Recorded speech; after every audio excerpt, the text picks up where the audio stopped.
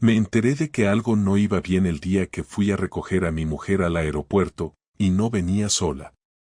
Te pongo en contexto rápido, porque aquí lo importante no es quién soy, sino lo que me pasó. Me llamo Iván, tengo 42 años, vivo en Valencia, y llevaba 12 años casado con Clara. No teníamos hijos, por decisión mutua, o eso creía yo. Vivíamos bien, sin lujos pero sin agobios, y pensaba que la confianza entre nosotros era sólida. De esas parejas que ya se entienden con una mirada. De las que no necesitan revisarse el móvil ni hacer preguntas incómodas. Clara había estado fuera 5 días por un congreso en Sevilla, algo habitual por su trabajo. Se dedica a marketing farmacéutico y, cada 2 por 3, tiene viajes, presentaciones, cenas de empresa. Nada raro. De hecho, me dijo que volvía el jueves por la tarde, pero por un error con su billete, apareció el miércoles por sorpresa. Y menos mal que se le ocurrió llamarme desde el avión antes de despegar. Cari, al final llego esta noche, me dijo, como si fuera una buena noticia. Aterrizo a las 20:15. ¿Me puedes venir a buscar? Obvio que fui. Me dio hasta ilusión verla antes de lo esperado. Pero en cuanto la vi salir por la puerta de llegadas, con esa sonrisa que ponía cuando intentaba tapar un error, supe que algo iba mal. Venía empujando la maleta y a su lado, un tío. Moreno, alto, barba de 3 días.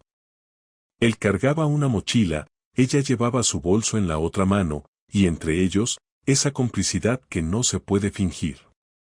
El tipo se despidió de ella con 2 besos, se fue en dirección a los taxis sin mirarme siquiera, y ella, como si no hubiera pasado nada, vino a darme un beso. Pero no era el beso de siempre. Era uno, medido. Calculado. ¿Quién era? Le pregunté mientras caminábamos hacia el coche. ¿Quién? Respondió, sin ni siquiera disimular que se lo esperaba. El tipo ese que venía contigo. Ah, un compañero del evento. Coincidimos en el vuelo. No dijo su nombre. No dio detalles. Y yo no pregunté más. No porque confiara, sino porque no quería saber aún lo que empezaba a sospechar. Me guardé la duda y me tragué el veneno. Esa noche dormimos juntos. Ella actuó como si todo estuviera bien. Me contó cosas del congreso, de la ponencia que tuvo, de una anécdota con una farmacéutica francesa que no hablaba español. Yo asentía. Fingía. Pero por dentro, era otro Iván el que estaba despierto. Uno que ya no iba a mirar a su mujer con los mismos ojos. El verdadero terremoto llegó 2 días después. El sábado por la mañana, me levanté antes que ella. Aproveché para bajar a por pan y unos croissants. Hacía sol, el típico sábado que huele a café y tranquilidad. Cuando subí, escuché voces en el salón. Pensé que estaba viendo algo en la tele, pero al abrir la puerta, me encontré con otra escena. Clara estaba en videollamada. No me vio entrar, porque tenía puestos los auriculares y estaba sentada de espaldas, hablando por el portátil.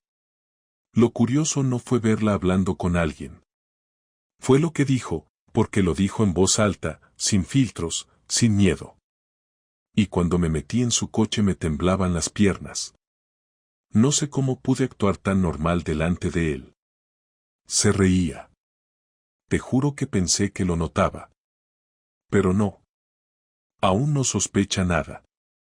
Me quedé paralizado. Cerré la puerta sin hacer ruido y me fui al baño, con el corazón golpeando como si me lo quisieran sacar por la boca. No escuché más. No quise. Con eso me bastaba para saberlo. No era una corazonada. Era un hecho. Clara me estaba engañando. No me hizo falta ver ningún mensaje en su móvil ni revisar correos a escondidas. Todo lo que necesitaba saber lo dijo con su voz, en mi salón, sin darse cuenta de que yo la había escuchado. Esa frase quedó grabada en mi cabeza como si alguien me la hubiese escrito a fuego. aún no sospecha nada. A partir de ese momento, ya no fue cuestión de intuir, ni de imaginarme cosas, ni de pensar que tal vez estaba exagerando. Lo supe. Supe que Clara, mi mujer, la persona con la que había compartido más de una década de vida, estaba en otra historia, una que no incluía ni mi nombre, ni mi presencia, ni mi dignidad. Esa misma mañana, salí del baño como si no hubiera pasado nada. Me acerqué a ella y le di un beso en la frente como cada sábado. Ella, tranquila, cerró el portátil como si hubiera terminado una reunión de trabajo. Se puso de pie, me preguntó si había comprado pan, y sonrió con esa cara de quien no se imagina que ya la han descubierto. Durante todo ese fin de semana, mantuve la farsa.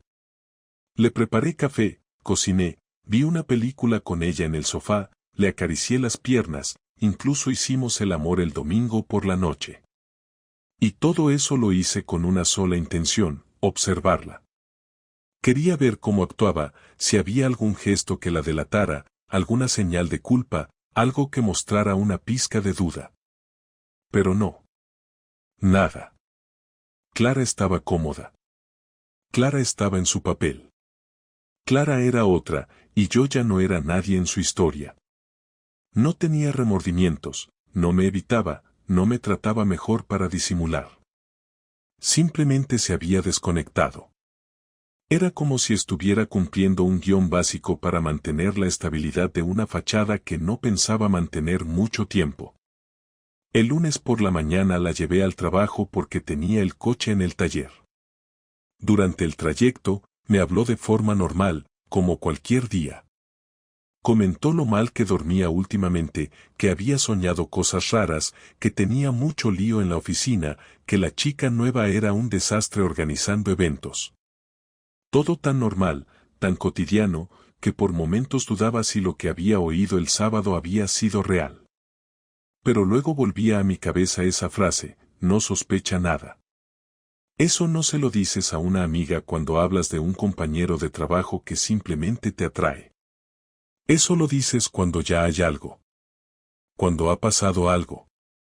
Y me daba igual cuánto tiempo llevara.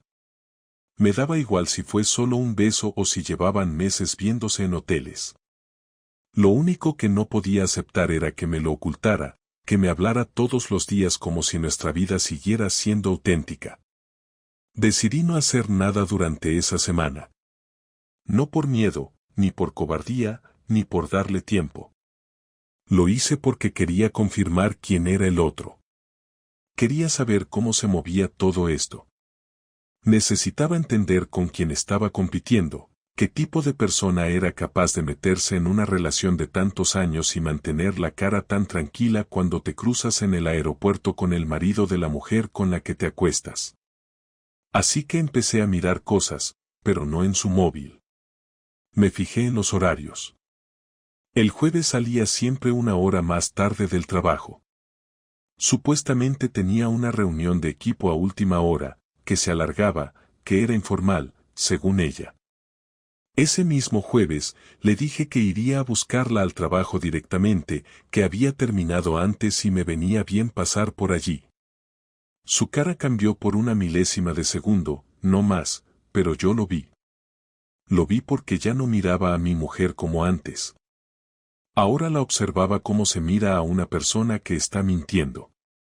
Me dijo que mejor me esperaba en una cafetería cerca, que ellos iban a terminar tarde y no tenía sentido que yo esperara en la puerta como un guardaespaldas.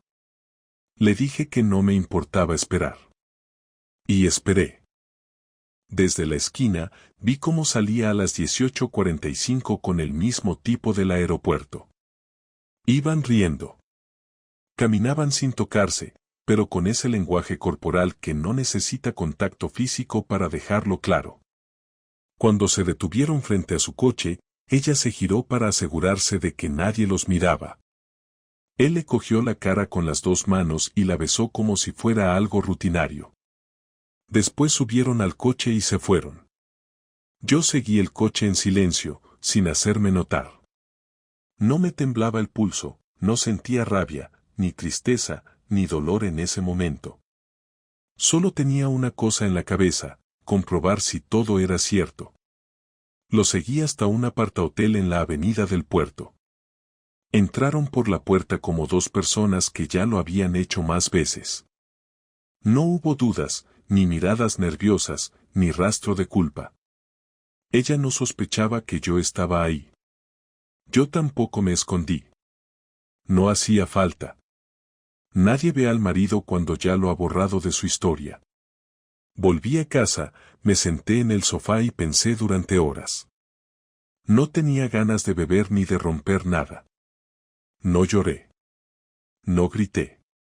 No llamé a nadie. Solo miré alrededor. Las fotos, los recuerdos, las tonterías que habíamos acumulado durante años, las cartas de cumpleaños, el imán de Lisboa, los planes que ya no tenían ningún valor. Todo seguía en su sitio, pero ya no tenía sentido. No quería hablar con ella todavía. No porque necesitara procesar nada. Ya estaba todo procesado. Solo quería que volviera, que llegara a casa, que me mirara a los ojos y me contara otra historia inventada, una más, y que yo la escuchara sabiendo que estaba mintiendo. A las 11 de la noche entró por la puerta como si volviera de una cena tranquila. Se quitó los tacones, dejó el bolso en su sitio, se acercó a darme un beso, y me preguntó si quería que preparara algo de cena. Le dije que no tenía hambre, que ya había comido. Se sentó en el sofá y empezó a hablarme del trabajo. No paraba. Era como si quisiera llenar el silencio con cosas que no importaban. Hablaba y hablaba, mientras yo solo la miraba. Cada palabra que salía de su boca era como un insulto, como una bofetada lenta. No porque dijera algo cruel, sino porque era todo falso. En un momento, se calló. Me miró. Y me dijo, ¿estás bien? Llevas un rato callado. Le sonreí. La miré sin parpadear y le dije, sí, estoy bien. Solo cansado. Clara no imaginaba que yo llevaba 3 días enteros escuchando sus explicaciones como quien escucha a un desconocido al que ya no le debe nada. Ella seguía con su rutina como si su vida continuara sin ningún cambio, mientras yo caminaba por la casa con la certeza absoluta de que estábamos a un paso de un estallido que ya no podía retrasar. No quería hacer una escena típica ni llegar a casa gritando ni romper nada, porque no quería que esto se pareciera a esas historias llenas de drama exagerado. Yo quería mirarla a la cara y hablarle con todos los hechos delante de mí, sin margen para que se escondiera detrás de excusas de manual. Por eso pasé toda la semana comportándome igual que antes, aunque por dentro estaba preparando el momento exacto en el que iba a derribarle toda la mentira como si fuera una pared que llevaba demasiado tiempo apuntalada. El viernes por la noche ella llegó a casa más cansada de lo normal.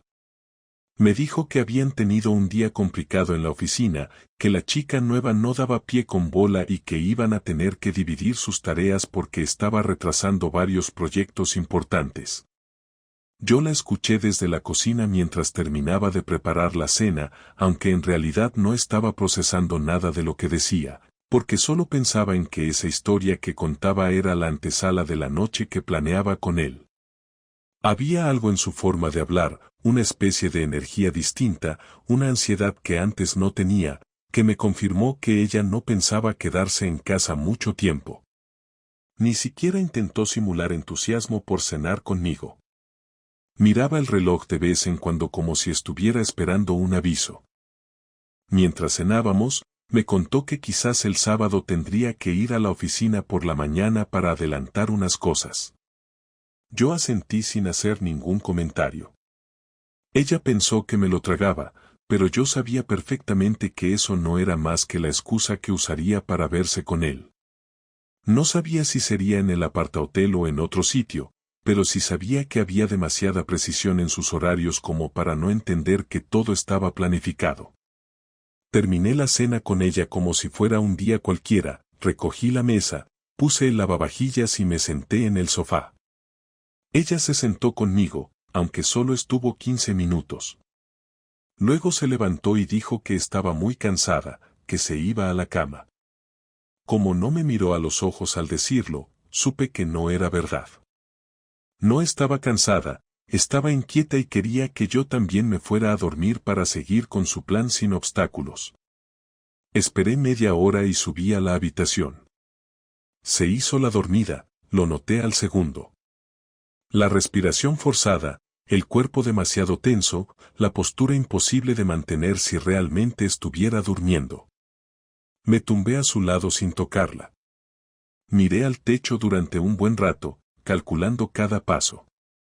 Estaba cansado de fingir, pero también quería que la confrontación ocurriera en el mejor momento posible. Necesitaba que ella no tuviera escapatoria. Quería que viera que yo sabía todo, no a trozos, no a medias, sino completamente. A las 2 de la mañana ella se levantó con cuidado. Creyó que yo dormía profundamente. Caminó hacia el baño, pero no encendió la luz. Se vistió rápido, sin hacer ruido. Abrió el armario con la misma delicadeza de alguien que intenta no despertar a un bebé. Yo la observé por el reflejo del espejo del vestidor, aunque ella no lo sabía. Cuando terminó de arreglarse y se colocó perfume, entendí que se iba a encontrar con él. No teníamos ningún plan, no había ninguna urgencia, no había ninguna razón para irse en mitad de la madrugada. Clara estaba viviendo su doble vida sin ningún pudor y yo estaba listo para ponerle fin. Cuando salió de la habitación, esperé unos segundos y la seguí en silencio. No bajé las escaleras inmediatamente, quería darle margen para que creyera que estaba sola. Escuché cómo cogió sus llaves, cómo abrió la puerta principal con mucho cuidado y cómo la cerraba despacio, con esa falsa suavidad que tanto habla de alguien que no quiere ser descubierto. Cuando escuché que se alejaba por la calle, bajé y salí detrás de ella manteniendo distancia. A esa hora no hay tráfico en nuestra zona, así que la seguí sin dificultad. Caminó unos metros y dobló la esquina. Un coche gris la esperaba allí, no un taxi ni un VTC, era él. Ella entró en el coche sin saludar. Él no hacía falta que hablara. Sabían a lo que iban. El coche se puso en marcha y yo lo seguí caminando hasta donde pude, pero en cuanto se perdió entre las calles, tomé un desvío y fui directo al apartahotel donde los había visto antes. No quería perder tiempo siguiéndolos coche por coche, sabía que acabarían en el mismo sitio. Y acerté. 10 minutos después, el coche gris apareció en la entrada trasera del edificio. Aparcó, se bajaron, él le puso una mano en la espalda para guiarla hacia la puerta, ella no se apartó. Entraron. Yo me acerqué hasta lo justo para ver las matrículas y el panel de registro del edificio. No necesitaba fotos ni grabaciones, no quería guardarme ningún trofeo. Lo único que quería era la verdad, completa y sin adornos, cara a cara. Me quedé allí un rato, no porque quisiera ver nada, sino porque necesitaba dejar que la rabia se ordenara dentro de mí. No quería explotar al azar ni improvisar. Yo buscaba una confrontación limpia, directa, una que dejara claro que no había posibilidad de engaños. Volví a casa caminando despacio, sin prisas, con una claridad que no había sentido en semanas. Clara seguía mintiendo incluso cuando no le convenía. Y yo estaba ya en el punto en que decirle la verdad no era una opción, era una obligación. A las 7 de la mañana volví a oír la puerta de casa. Ella entró en silencio como si volviera de correr. Se acercó a la cocina y empezó a preparar café. Yo estaba sentado en la mesa del comedor, sin moverme. Cuando me vio, se sobresaltó. Intentó sonreír, pero sus ojos no la acompañaban.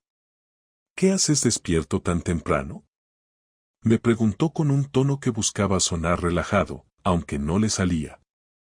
Estoy despierto desde que te fuiste, le respondí con la voz más estable que pude. Se quedó quieta, con la cafetera en la mano. No apartó la vista, pero la expresión de su cara cambió por completo. Lo sabía. Sabía que había llegado el momento. No podía fingir más. ¿A qué te refieres? Dijo con un intento de inocencia que no le funcionó ni medio segundo. Clara, no juegues conmigo. Quiero que me digas dónde has estado esta noche, le dije sin levantar la voz. Ella tragó saliva. Miró hacia un lado como si buscara una salida. No había ninguna. Daba igual que intentara inventar algo, porque yo ya había visto más de lo que necesitaba.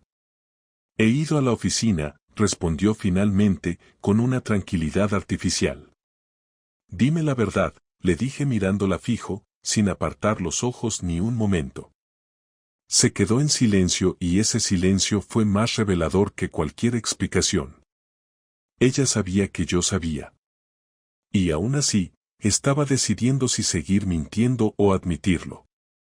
Ese segundo de duda fue el inicio real de la confrontación, porque me di cuenta de que ella no iba a confesar fácilmente. Clara, le dije, apoyando las manos sobre la mesa, estuviste con él. Ella cerró los ojos, como si esa frase le pesara más que la acción en sí. Iván, dijo con un hilo de voz. Y ahí empezó todo.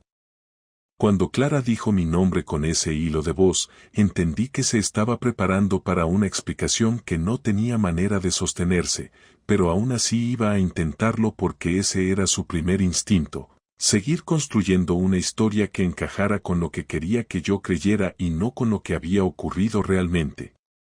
Se quedó quieta, con la cafetera apagada y la espalda rígida, como si el cuerpo le adelantara que ya no podía moverse con la misma libertad con la que llevaba moviéndose desde hacía semanas. Yo no tenía intención de levantar la voz ni de dramatizar nada, quería que la conversación fuera tan directa y tan clara que le resultara imposible esconderse detrás de frases vacías. Ella respiró hondo y me dijo que no sabía de qué estaba hablando, que llevaba una semana agotadora, que no tenía fuerzas para tonterías a primera hora de la mañana. Esa frase me cayó mal y lo notó en el instante en el que me incorporé un poco hacia adelante para hablarle. Le pregunté si quería que le dijera yo dónde había estado, porque si el problema era que no encontraba las palabras podía usar las mías. No respondió. Tuvo un segundo en el que intentó aguantar mi mirada, pero después desvió la vista hacia la ventana como si ahí hubiera una salida. Le dije que sabía perfectamente a qué hora se había ido, por qué puerta había salido, con quién se había ido y a dónde había ido. Lo dije sin gritar y sin dudar. Ella tragó saliva con tanta fuerza que lo escuché. Se llevó una mano al cuello, como hacen las personas cuando de repente sienten que se han quedado sin aire. Me dijo que no estaba entendiendo nada, que me estaba obsesionando con ideas absurdas, que ella solo había salido a despejarse porque estaba saturada de trabajo y necesitaba respirar un poco sin pensar en nada. Me quedé mirándola sin pestañear y le dije que no había sido a respirar, le dije que la había visto y que no necesitaba que lo negara porque no tenía ningún sentido negarlo. Esa fue la primera vez en toda la conversación en la que se le quebró algo en la cara, no supe si era rabia contenida, miedo o simplemente que ya no podía sostener la versión que estaba intentando sacar adelante. Se acercó a la silla de enfrente y se sentó, inclinó el cuerpo hacia adelante y me dijo que estaba pasando por una etapa complicada, que no era algo contra mí, que estaba cansada, que llevaba semanas sintiéndose rara. Yo la dejé hablar sin interrumpirla porque quería que soltara lo que fuera que intentaba construir, y así poder desmontarlo punto por punto sin que luego dijera que yo no la había dejado explicarse. Comenzó a decir que necesitaba espacio, que necesitaba tiempo para pensar y que no había querido preocuparme porque sabía que yo me tomaba las cosas muy en serio y que prefería encontrar claridad antes de decírmelo. Cuando terminó esa frase, me dijo que lo del jueves por la tarde, lo del apartahotel y lo de esa madrugada no eran lo que yo creía. Fue exactamente lo que dijo, no es lo que piensas. Le dije que no podía hablarme como si yo fuese ingenuo. Le conté que había visto el coche, el lugar, la entrada, la forma en que él la acompañó y la forma en que ella no se apartó. No añadí detalles innecesarios porque no buscaba herir, buscaba exactitud. Ella parpadeó varias veces con rapidez, se levantó de la silla y empezó a caminar por la cocina como si buscara palabras que no encontraba. Volvió a decir que no era lo que yo creía, pero esta vez la frase le salió temblorosa. Le pedí que se sentara porque no iba a tener esta conversación con ella caminando de un lado a otro como si quisiera huir. Se sentó. Colocó las manos sobre la mesa y me preguntó si me había seguido más veces. Le respondí que sí, que llevaba días observando sin intervenir porque necesitaba saber exactamente qué clase de situación estaba viviendo. Cuando oyó eso, se apoyó la mano en la frente y dijo que no se lo esperaba, que no pensaba que yo llegaría a ese punto. Me reí con incredulidad y le dije que el punto al que ella había llegado era mucho peor que seguirla durante unos días, que no intentara victimizarse porque no le iba a funcionar. Entonces cambió de registro, como si hubiese entendido que negarlo no le serviría y que la única opción para mantener algo de poder era justificarlo. Me dijo que se había sentido invisible desde hacía tiempo, que notaba una distancia entre nosotros, que a veces le costaba reconocer la vida que llevábamos, que se había ido apagando sin darse cuenta y que cuando conoció a ese hombre, él la escuchaba, la hacía sentir viva, la hacía sentir vista. Todo eso lo soltó con una mezcla de pena y autocompasión que no encajaba con lo que yo había visto durante las últimas semanas. Ella no se había apagado, ella estaba viviendo doble, que no es lo mismo. Le dije que no iba a comprar ese discurso porque durante toda nuestra relación siempre habíamos hablado las cosas, y si en algún momento sintió algo parecido solo tenía que habérmelo dicho. Ella dijo que no quería preocuparme, una excusa que siempre ha quedado bien en las películas pero que en la vida real solo es un disfraz. Yo no quería convertir esto en un intercambio de reproches, así que fui directo. Le pregunté cuántas veces había estado con él. No respondió al principio, miró hacia la puerta y después hacia el suelo. Le repetí la pregunta sin elevar el tono. Me respondió que no llevaba la cuenta.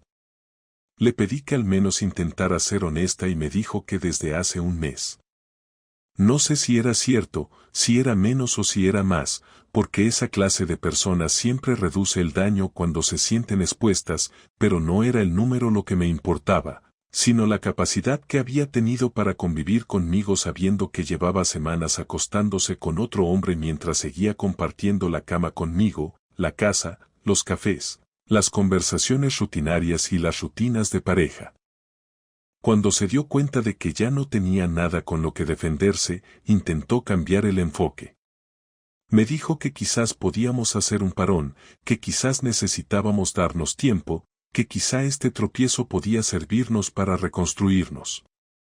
La miré con una calma que incluso a mí me sorprendió. Le dije que no estábamos ante un tropiezo, que los tropiezos ocurren una vez, no de madrugada en un apartahotel, no durante semanas, no con planificación, no con mentiras acumuladas, no con un no sospecha nada dicho con tranquilidad a una amiga por videollamada. Ella abrió los ojos con fuerza porque no esperaba que mencionara esa llamada. Le expliqué que la había oído sin querer, que fue ahí donde empezó todo para mí, que sus palabras habían sido claras y que no había posibilidad de interpretarlas de otra manera. Se llevó las manos a la cara y empezó a llorar, pero no era un llanto profundo, era un llanto de rabia porque se sentía descubierta, no arrepentida. Eso lo noté al instante. Me dijo que todavía me quería, que eso no había cambiado, que lo que había ocurrido con él había sido un escape, un impulso, algo que se le había ido de las manos. Le pregunté qué tipo de impulso requiere reservar habitaciones, salir a medianoche, coordinar horarios y mentir durante semanas. No respondió. Le temblaba la mandíbula. Le dije que no estábamos en un punto en el que yo pudiera creer nada de lo que dijera porque todo lo que había dicho hasta ahora había sido falso. Se levantó de la silla y vino hacia mí, intentó tocarme la mano, pero la aparté. Le dije que no quería contacto, que necesitaba distancia física para terminar la conversación sin perder la cordura.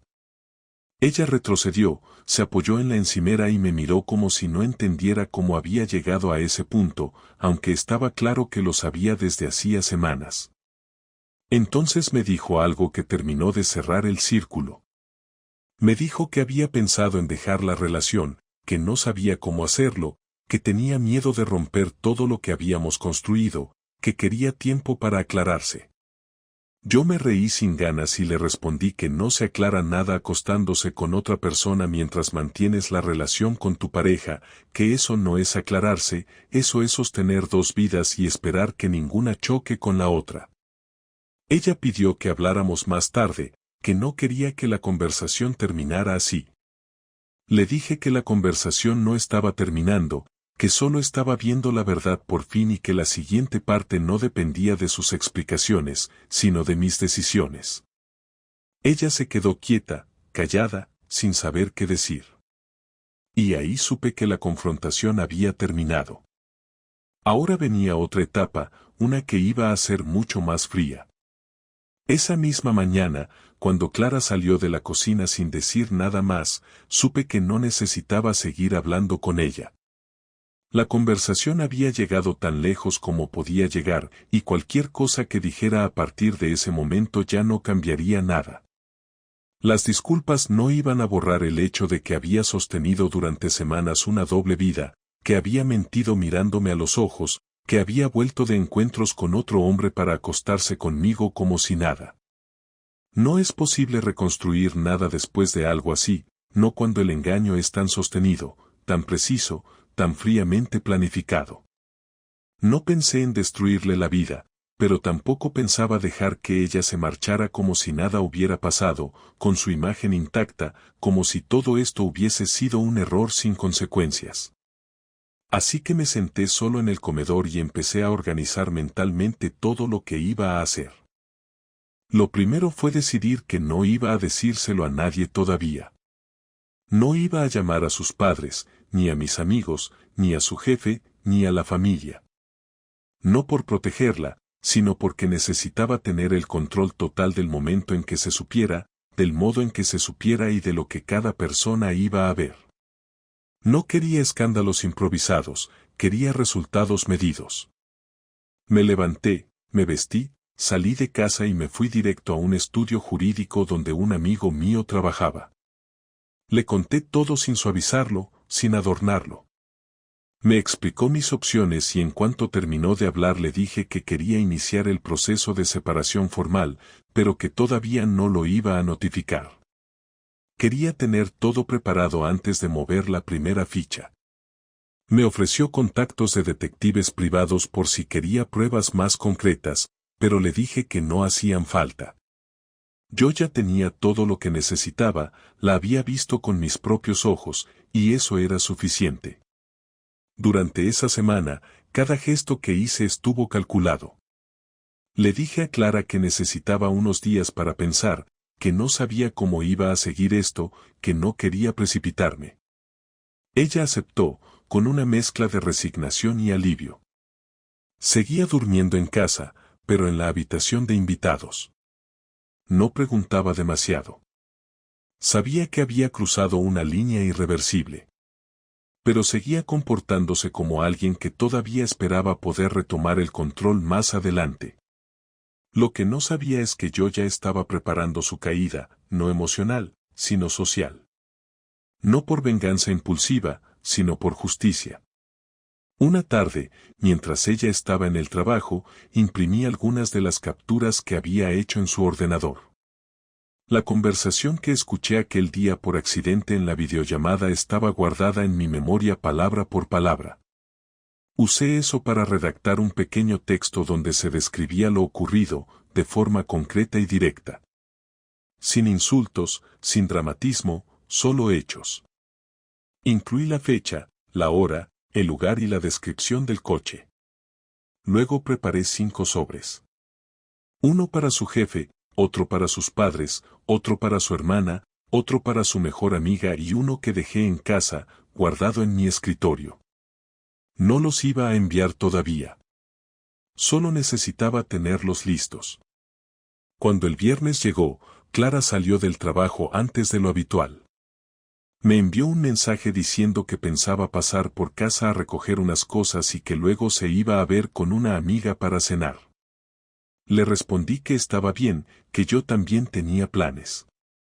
En realidad no tenía ninguno, pero no necesitaba excusas. Cuando llegó, fui cortés.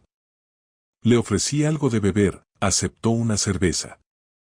Se sentó en el salón, empezó a contarme cómo había estado su semana, habló de su amiga como si de verdad fuera a verla, como si no supiera que yo ya no creía en nada de lo que decía. Le pregunté si había pensado en irse a vivir unos días a casa de su hermana mientras resolvíamos todo esto. Me dijo que no sabía si era buena idea, que quizás podríamos seguir hablando, que había estado pensando mucho, que se sentía culpable. Le respondí que me parecía bien que se sintiera culpable, pero que no bastaba con eso. Le dije que ya estaba viendo opciones para la separación, que no iba a hacer ningún escándalo, que no iba a arrastrarla por el barro, pero que tampoco iba a permitir que esto se quedara sin consecuencias. Me miró con una cara entre sorpresa y miedo. Me preguntó si eso significaba que ya no había vuelta atrás. Le dije que no la había desde el momento en que decidió mentirme durante semanas sin la más mínima intención de parar. Esa noche dormí en la habitación principal, ella se quedó en la de invitados. Por la mañana, preparé café, desayuné solo y salí temprano. No le dije a dónde iba porque no tenía por qué hacerlo. Fui directamente a ver a sus padres. Me recibieron como siempre, con cordialidad, sin saber nada. Me senté en su salón, les dije que íbamos a hablar de algo muy delicado. Les entregué el sobre y les pedí que lo leyeran antes de que yo dijera una palabra más. Lo hicieron. Cuando terminaron, su madre tenía los ojos rojos y su padre no decía nada. Me preguntaron si estaba seguro de todo lo que ponía ahí. Les dije que no había ninguna duda. No se justificaron por ella, no la defendieron. Solo dijeron que lamentaban profundamente que todo esto hubiera pasado así. Les pedí que no le dijeran nada todavía, que necesitaba tiempo para resolver la parte legal antes de que empezara la reacción en cadena. Me prometieron que guardarían silencio por unos días. Lo agradecí. Después pasé por la oficina de su jefe. Fui directo, sin rodeos. Le dejé el sobre y le expliqué que no buscaba perjudicarla laboralmente, pero que él debía saber que una de sus empleadas estaba utilizando los viajes de empresa para verse con otra persona en horarios laborales. No me interesaba que la despidieran, pero tampoco quería que siguiera manejando su vida como si nada. Él lo entendió. No me pidió detalles. Solo dijo que tomaría nota y lo dejaría en manos del departamento correspondiente. Regresé a casa por la tarde. Clara estaba allí, sentada en el sofá, con cara de que algo había pasado. Me preguntó si había hablado con alguien. Le dije que sí. Me preguntó con quién. Le dije que con sus padres.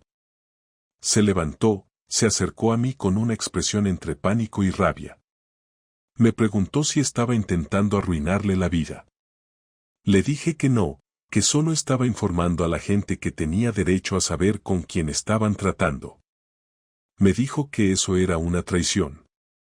Le respondí que traición era lo que había hecho ella durante semanas, que si algo le parecía injusto, podía pensar en todo lo que había hecho sin que yo lo supiera. Se quedó en silencio. Volvió a sentarse. Me dijo que no esperaba eso de mí. Le dije que yo tampoco esperaba lo suyo. Me miró y por primera vez desde que empezó todo, no supo qué responder. Supo que el control se había terminado. Que ya no dependía de ella decidir cuándo se contaba y cuándo no. Que ya no podía evitar las consecuencias. Y que lo peor no era que yo me fuera, sino que ya todo el mundo iba a saber qué clase de persona era. El lunes por la mañana, Clara no fue a trabajar. Me lo dijo sin dar explicaciones, solo que se sentía mal, que prefería quedarse en casa y que hablaríamos por la tarde si yo tenía tiempo. No le pregunté por qué, Tampoco le dije que ya sabía que su jefe le había mandado un correo pidiéndole una reunión para revisar los informes de su último viaje. No era necesario adivinar nada, los silencios ya decían más que sus palabras. Durante todo el día no nos cruzamos, yo trabajé desde el despacho de casa, ella se quedó en la habitación de invitados. Ni un solo mensaje, ni una conversación casual, ni un intento de recuperar algo. Por primera vez en semanas, el ambiente estaba en silencio, no por tensión, sino porque ya no había nada que sostener, porque cada uno sabía perfectamente que lo que venía ahora era el final. Al final de la tarde bajé con la idea clara de que esa noche sería la última en la que compartiríamos techo. Ella estaba en el salón, sentada con el portátil cerrado, sin el móvil en la mano, sin música, sin televisión, solo esperando. Se notaba que llevaba horas así. Me senté frente a ella, no con intención de iniciar un enfrentamiento, sino para cerrar de una vez todo lo que aún podía quedar flotando. Me preguntó si había hablado con alguien más además de sus padres. Le dije que sí, que su jefe ya sabía lo necesario, que no me interesaba lo que hiciera con su empleo, pero que al menos ya no iba a tener la libertad de usarlo como excusa para sus escapadas. Me dijo que eso podía costarle el puesto. Le respondí que lo sabía, pero que no era mi problema, que las consecuencias son parte de las decisiones y que ella había tomado todas esas decisiones sin contar conmigo. Me miró durante un rato sin decir nada. Después me dijo que ya no quería justificar nada, que lo había pensado mucho y que había llegado a la conclusión de que llevaba tiempo engañándose a sí misma. Que había empezado aquello como algo sin importancia, sin planearlo, que creyó que podía controlarlo, pero que cuando se dio cuenta ya estaba dentro. Le pregunté por qué no me lo dijo cuando sintió que estaba cambiando algo entre nosotros. Me dijo que le dio miedo. Miedo a romper todo. Miedo a darse cuenta de que ya no me amaba igual. Miedo a enfrentarse a lo que había dejado de funcionar. Le dije que el miedo no es excusa para hacer lo que hizo, que no hay ninguna forma de amar a alguien y a la vez engañarlo de esa manera, que cuando uno empieza a planear mentiras para acostarse con otra persona, ya no hay espacio para hablar de amor ni de crisis personales. Me preguntó si de verdad no creía que en algún momento fue sincera conmigo. Le dije que no dudaba de su sinceridad en el pasado, pero que lo que hizo en el presente borraba cualquier mérito anterior, que el respeto no se mide por los años previos sino por las decisiones recientes. Me dijo que le costaba aceptarlo, pero que entendía que yo no quisiera seguir.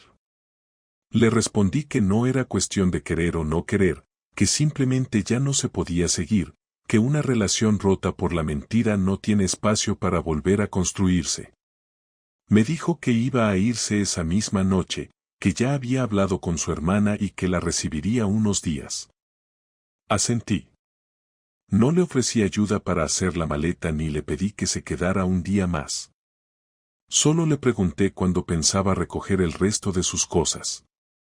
Me dijo que el fin de semana, si me parecía bien. Le dije que me daba igual cuando, mientras no me avisara a última hora. Se quedó callada durante un minuto largo. Después dijo algo que no me esperaba. Me preguntó si en algún momento pensé en perdonarla. Me quedé pensándolo unos segundos, pero no por duda sino por honestidad. Le dije que no, que nunca estuvo esa opción sobre la mesa, porque desde el momento en que vi cómo salía por la puerta a escondidas de madrugada para verse con otro hombre, supe que no iba a poder mirar atrás sin sentir asco. Me dijo que no buscaba que la perdonara, que solo quería saberlo. Le dije que entonces ya lo sabía. Me preguntó si había algo que quisiera decirle antes de que se fuera. Le respondí que no, que todo lo que tenía que saber ya se lo había dicho, que no guardaba ninguna duda, que no tenía más preguntas, que lo único que necesitaba ahora era cerrar la etapa y seguir adelante. Me dijo que lamentaba haberme hecho daño. Le respondí que no lo dudaba, pero que el daño estaba hecho y que no se arregla con un lo siento. Esa noche, Clara recogió algunas cosas, guardó ropa en 2 bolsas, se puso una chaqueta y salió sin decir adiós. No hubo portazos, no hubo llantos, no hubo súplicas. Solo una puerta que se cerró detrás de ella, una puerta que ahora era solo mía. Me senté en el sofá, el mismo sofá donde semanas atrás ella me había contado anécdotas falsas sobre un congreso que no fue tal, donde me habló de reuniones inventadas y cenas que nunca ocurrieron. Lo miré todo, sin nostalgia. No lloré. No estaba triste. Lo único que sentía era una especie de alivio, no por su marcha, sino por la certeza de haber hecho lo que debía. A veces no se trata de vengarse ni de castigar. Se trata de exponer lo que otros intentan esconder. Se trata de no permitir que alguien que te ha mentido a la cara tantas veces siga actuando como si no pasara nada. En los días siguientes no recibí mensajes suyos. Su hermana vino el sábado por la mañana, tocó el timbre, se presentó con cara seria, no dijo ni una palabra más de las necesarias, cargó el coche y se fue. No hubo miradas largas, ni abrazos, ni nada. Supongo que ya sabía todo. Después de eso, empecé a organizar la casa para mí. Tiré cosas, guardé otras en cajas, hice espacio. No por rencor, sino porque ya no tenían sentido. Volví a dormir tranquilo. Volví a trabajar sin esa tensión constante. Volví a respirar como antes de que todo se torciera. Me di cuenta de que llevaba meses sosteniendo una rutina artificial solo por mantener una idea de pareja que ya no existía. No me arrepiento de haber estado con Clara. No me arrepiento de haber apostado por ella. Lo que sí me queda claro es que a veces la gente cambia, y que hay quienes cuando cambian no lo hacen poco a poco, lo hacen en silencio, sin aviso, y cuando te das cuenta ya es tarde. Lo importante es no quedarte ahí esperando explicaciones que no van a servirte de nada. No pienso volver a hablar con ella. No quiero saber cómo le va ni si ha vuelto con el otro. No me interesa si se arrepiente ni si intenta reconstruir algo con otra persona. Ya no forma parte de mi historia. Lo único que me importa ahora es seguir con la mía, con la cabeza alta y sin sentir que perdí nada que valiera la pena conservar. No me quedé con odio, me quedé con experiencia. Y eso, a estas alturas, es más valioso que cualquier promesa rota.